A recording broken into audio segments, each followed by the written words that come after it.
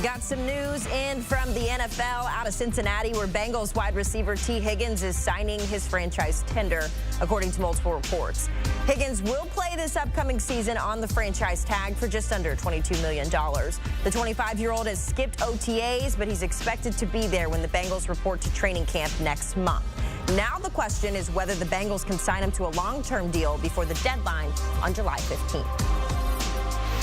Let's bring in our NFL on CBS analyst Douzable. He said he wanted to be in Cincy from the jump, and now he's putting pen to paper temporarily, at least for one more season. Yeah. What are your thoughts on Tee Higgins sticking around and finally ending that offseason holdout?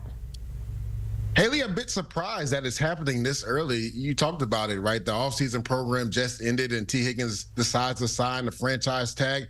Lets me know one of two things. One, which I don't think is true, that a player can't be traded unless they're under contract, right? So for the only way for the Bengals to actually trade Tee Higgins was for him to sign the franchise tag. I don't think that's the reason. The number two option is, I believe Tee Higgins realized he doesn't have the leverage, right? The Bengals weren't going to trade Tee Higgins unless they were blown away by a trade offer. So Tee Higgins is probably sitting back from a player's perspective and saying, well, playing for $21 million isn't that bad. Now, I know Amon-Ra St. Brown just got $30 million and Justin Jefferson just got $35 million, but I am coming off a season that was my least productive season. I was banged up last year. And then when I look at it, the grass isn't always greener on the other side. I have a quarterback, when healthy, is a top 2 quarterback in the NFL. So if you're Tee Higgins, you've seen the receiver market just blow up. If I go out here having a productive season, I can get my money next year. He probably has looked at the past, too. Let's not just forget last year. Josh Jacobs was in this same scenario. He led the league in rushing in 2022 with over 1,600 yards. Took him a little while to get going this past season and only rushed for around 800 yards. So I think Tee Higgins is like, let me go into training camp, get that continuity with Joe Burrow, have a big season. That way I can get paid next year. Yeah, that's kind of what I was going to ask you about, because there's a lot of moving parts when it comes to Tee Higgins. It's kind of the first domino in Cincy because his teammate Jamar Chase is going to be expecting the bag now that this has gotten done, plus Justin Jefferson's deal, as you just mentioned. Is there an opportunity here for Tee Higgins to sign something long-term, or should this be something where he focuses on having a really great year this year and tests the market next season?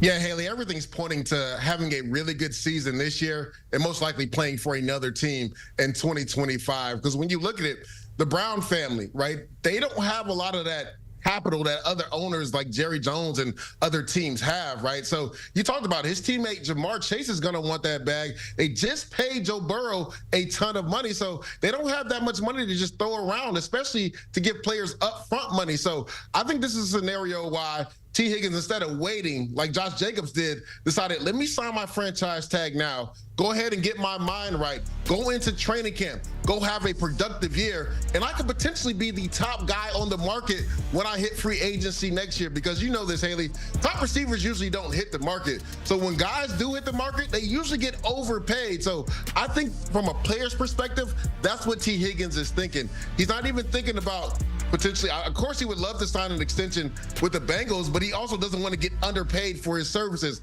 I think he's focused all on 2024. That way he can get that bag in 2025. This is kind of becoming a trend with the Bengals, Lige, because looking at history in 2022, you had Jesse Bates, the safety who played on the tag, tried to work out a long-term deal. That didn't happen, so he went to a different team. Last offseason, you had the tackle, Jonah Williams, who requested a trade.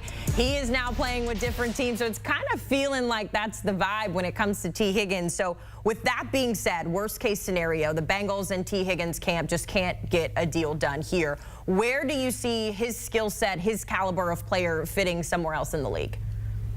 Yeah, again, I think he'll be playing for the Bengals this year. I just think unless a team blows them away with a trade offer, the Bengals aren't going to trade him because they're in an all-in year too, right? They paid Joe Burrow. They're going to have to pay Jamar Chase, right? When you have that type of talent on offense, you only have a finite amount of time to make a run. So I don't think he's going anywhere this year. But looking at next year, I know our producer was just telling us maybe the New England Patriots make a lot of sense. They do have two very good young receivers that they drafted in Jalen Polk and Javon Jerome Baker. Maybe Drake May can use a big receiver that can go up and get those 50-50 contested balls. So the Patriots make a lot of sense. The Carolina Panthers are going to be the team. Yes, I know they made some moves, got Deontay Johnson, took a receiver in the draft, but they can always get better at the skill position as well. So I think a team like the Carolina Panthers or the New England Patriots make a lot of sense next year, not this year. Next year. We will have to see how it unfolds. But I got to be honest, Lige, a $21 million payout for a year is not too bad. Not bad. Guaranteed. Not bad. Not bad. Guaranteed. Not bad at all. Lige Douzable hopping on HQ to discuss this Tee Higgins news. Lige, thank you so much for breaking it all down with us.